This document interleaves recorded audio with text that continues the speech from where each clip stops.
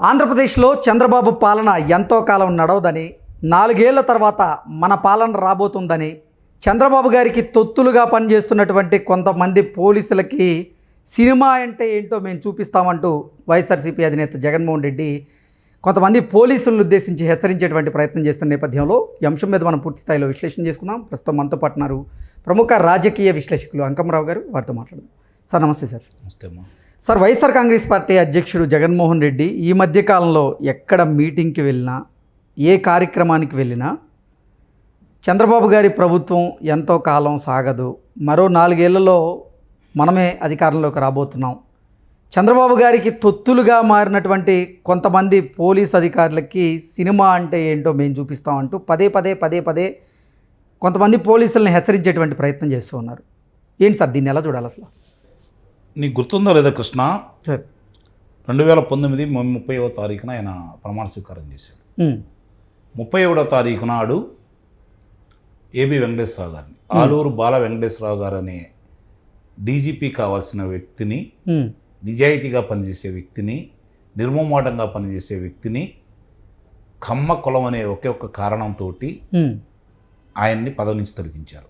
ఒక గుంటూరు వాసిగా చెబుతున్నాను. గుంటూరు జిల్లాలో 26 మంది సిఐలు కావచ్చు, మిగిలిన వాళ్ళని కావచ్చు, 26 మందిని కమ్మ కులస్తుల్ని 5 సంవత్సరాలు ఎక్కడా వాళ్ళ విధులు నిర్వహించకుండా పక్కన పెట్టాడు.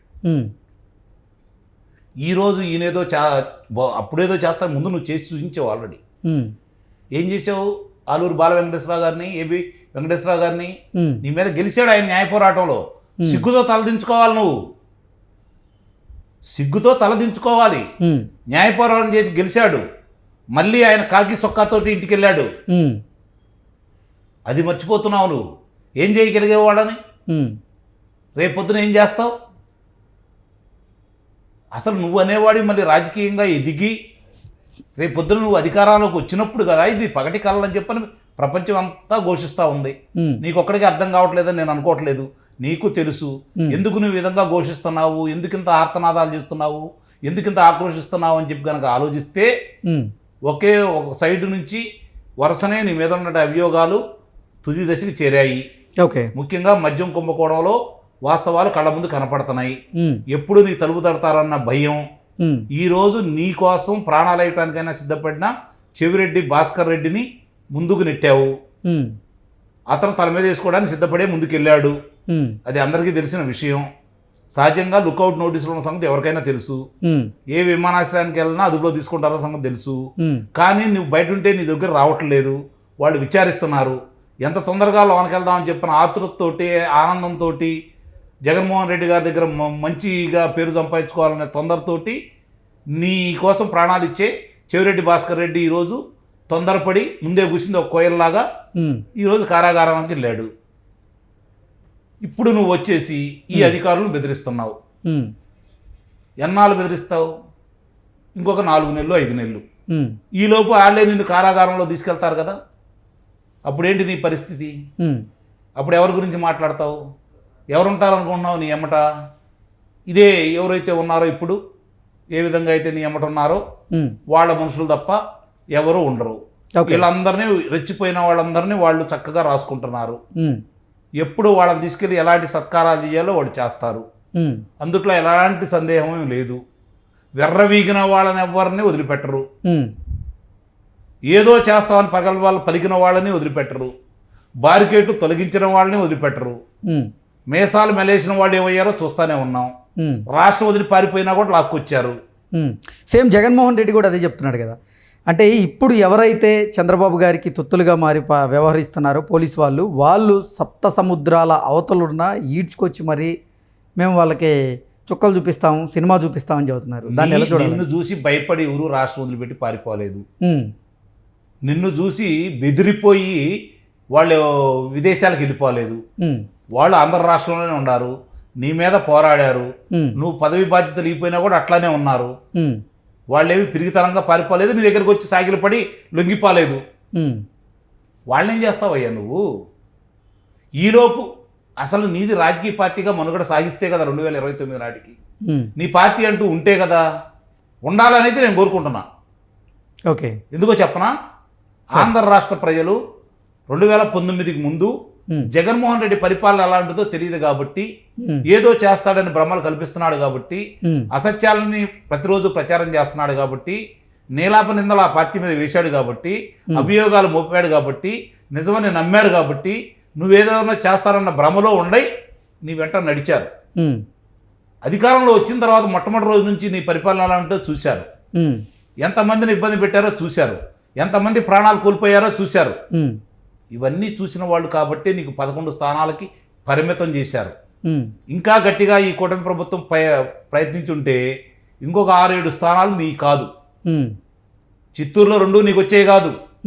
ప్రకాశం జిల్లాలో 2 నీకు వచ్చేవి కాదు. విశాఖపట్నంలోనూ నీకు వచ్చేవి కాదు. కానీ వచ్చినాయి. కొంచెం అశ్రద్ధ చేశారు. రేపొద్దున ఆ తప్పు ప్రజలు చేయరు. నీ వెంట జనం లేరు, అది వాళ్ళకు క్షుణ్ణంగా తెలుసు. నువ్వు ఆశపడినందువల్ల ఉపయోగం లేదు.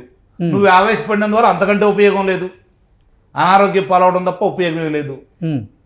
దీన్ని గమనించుకుంటే ఒక్కోళ్ళకి ఏమేం చేస్తున్నారో ప్రజలు గమనించారు కాబట్టి, నీ పరిపాలన చూశారు కాబట్టి ఈ అధికారులు చాలా సమన్వయంతో పనిచేస్తున్నారు. నీలాగా చంద్రబాబు నాయుడు గారు కనుక రెచ్చగొట్టి ఉండటైతే ఇప్పుడు నువ్వు ప్రదర్శన చేస్తున్నావు కదా, ఇది 5వ మొట్టమొదటి రోజే లోన్ వేసేవాళ్ళు. నీకు అవకాశం లేకుండా చేసేవాళ్ళు. నీకు ఇంకా అవకాశం ఇస్తున్నారు. నువ్వు ప్రజల్లో తిరగాల, ఇదే విధంగా మాట్లాడాలా. తెనాలిలో ఏం మాట్లాడారో చూశారు. దర్శి నియోజకవర్గం, ప్రకాశం జిల్లా దర్శి నియోజకవర్గంలో పొదిలి గ్రామంలో నువ్వు వచ్చినప్పుడు ఏం జరిగిందో చూసాం. గుంటూరు మిర్చియార్లు ఎలా ప్రవర్తించారో చూశారు. వంశీ దగ్గరకు వచ్చి ఎలా మాట్లాడేవో చూశారు. ఇప్పుడు సత్తెనపల్లి నియోజకవర్గానికి వచ్చి నువ్వేం మాట్లాడావో చూశారు. ఏం జరిగిందో చూశారు. ఇంకా నిన్ను ఎలా నమ్ముతారని చెప్పి నువ్వు భ్రమలో ఉన్నావు. కూటమి తప్పులు చేయొచ్చు. చంద్రబాబు నాయుడు గారు కొంచెం ఆచితూచి నడవచ్చు.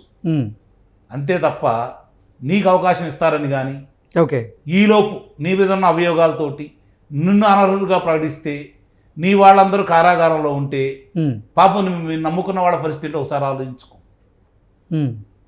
ఇప్పటికైనా కళ్ళు తెరవండి. ప్రజలైతే ఆలోచించుకున్నారు. నీకంటే మంచి పథకాలు ఇస్తున్నారు, నీకంటే అధికంగా ఇస్తున్నారు. ఆ రోజు పథకాలు వేశారని చెప్పి కొంతమంది నీకు ఓట్లు వేస్తే ఉండొచ్చు. నీ వాలంటీర్లు బెదిరించినందువల్ల ఓట్లేసి ఉండొచ్చు. వేరే అభిమానంతో ఓట్లు వేసిన వాళ్ళు ఉంటే ఉండొచ్చు. ఈరోజు వాళ్ళ పరిస్థితి అర్థమైపోతూ ఉంది. జరిగిన పరిస్థితి కళ్ళ ముందు కనపడతా ఉంది. మేలేంటో వాళ్ళ కళ్ళ ముందు కనపడతా ఉంది. స్వతంత్రంగా ఎలా బతుకుతున్నారో వాళ్ళకి అర్థమైపోతా ఉంది. ఇన్ని జరిగి ఇన్ని చేసి ఈరోజు వాళ్ళకి ఇంతకు అర్థమైపోయిన తర్వాత ఈరోజు నీ ఎంట నడిచిన వాళ్ళు ఎవరో చూస్తున్నావు, ఎవరిని ప్రోత్సహిస్తున్నావో చూస్తున్నావు, ఎవరి దగ్గరకు వస్తున్నారో చూశారు.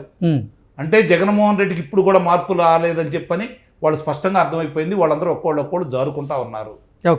ఆ విషయాలు తెలుసు కాబట్టే 3 శాసనమండలి స్థానాల్లో నీ పరిస్థితి ఏంటో నువ్వే చూసావు. పోటీ కూడా చేయలేని వాడు రేపు పొద్దున 2029లో ఎన్నికలకు ఎలా వస్తావయ్యా జగన్మోహన్ రెడ్డి? ఇదేనయ్యా ప్రజలు ఈరోజు ఆలోచించుకుంటున్నారు. కాకపోతే ప్రజలు ఈరోజు ఏం ఆలోచించుకుంటున్నారంటే, ఇన్ని చేసిన జగన్మోహన్ రెడ్డిని చంద్రబాబు నాయుడు ఈ విధంగా చేయటం ఏంటి, చంద్రబాబు నాయుడు గారు ఇంకా చూస్తా కూర్చోవడం ఏంటి, వీళ్ళు ఈ విధంగా పెట్టిపోయి మాట్లాడుతూ ఉంటే ఎందుకు అదుపులో తీసుకోవట్లేదు, ఇదే ఆలోచిస్తున్నారు. కానీ చంద్రబాబు నాయుడు గారు ఇది ఆలోచించట్లా. రాష్ట్రానికి పెట్టుబడులు ఎలా రావాలి? నిన్నగాక మొన్న చంద్రబాబు నాయుడు గారు ఇదే హైదరాబాద్ నగరంలో ఇన్ఫోసిస్ వాళ్ళకి 50 ఎకరాలు కేటాయించారు. వాళ్ళు ఎకరానికి 500 మంది కాడికి 25,000 మంది ఉద్యోగాలు కల్పన చేస్తూ ఉన్నారు. కానీ ఈరోజు 50,000 మంది అక్కడ పనిచేస్తూ ఉన్నారు. మొన్న అనంతారం నెక్కల్లు మధ్య 143 ఎకరాలు గూగుల్ వాళ్ళు పరిశీలించడానికి వచ్చారు. చూశారు, రేపు వాళ్ళు పెట్టబోతున్నారు. 1,00,000 ఉద్యోగాలు రాబోతున్నాయి అక్కడ. ఇలాంటివి రాకూడదు, అమరావతికి పెట్టుబడులు రాకూడదు, పోలవరం పూర్తి కాకూడదు, కేంద్రం సహాయం చేయకూడదు, విధ్వంసం సృష్టించాలి, రాష్ట్రం అతలాకుతలం చేయాలి, రాష్ట్రం బాగుపడకూడదు, ప్రజలు బాగుపడకూడదని నువ్వు కోరుకుంటున్నావు. చంద్రబాబు నాయుడు గారు నీ సంగతి ఎట్లయినా చూసుకోవచ్చు, ఇంకా 4 సంవత్సరాలు ఉంది, ముందు నువ్వు నాశనం చేసినటువంటి రాష్ట్రాన్ని ఎలా బాగు చేయాలని చెప్పి ఆయన ఆలోచిస్తున్నాడు. కాబట్టి కొంత చూచి చూడనట్టు వదిలేస్తున్నాడు. ఇప్పుడు మొదలైనవి, నిస్సందేహంగా మొదలైనవి. 9 లక్షల కోట్ల రూపాయల పెట్టుబడులు రావడం మొదలైనవి. రేపు గూగుల్ కావచ్చు, ఏఐ కావచ్చు, క్వాంటమ్ వ్యాలీ కావచ్చు, డ్రోన్కు సంబంధించింది కావచ్చు, ఈ పెట్టుబడులు కావచ్చు, ఇవన్నీ రేపు వచ్చి పనులు మొదలైన తర్వాత అప్పుడు నాయన తకదిమితో తందానా అన్ని వాళ్ళు ఏం చేయాలో చేస్తారు. Okay sir, thank you so much. Thank you.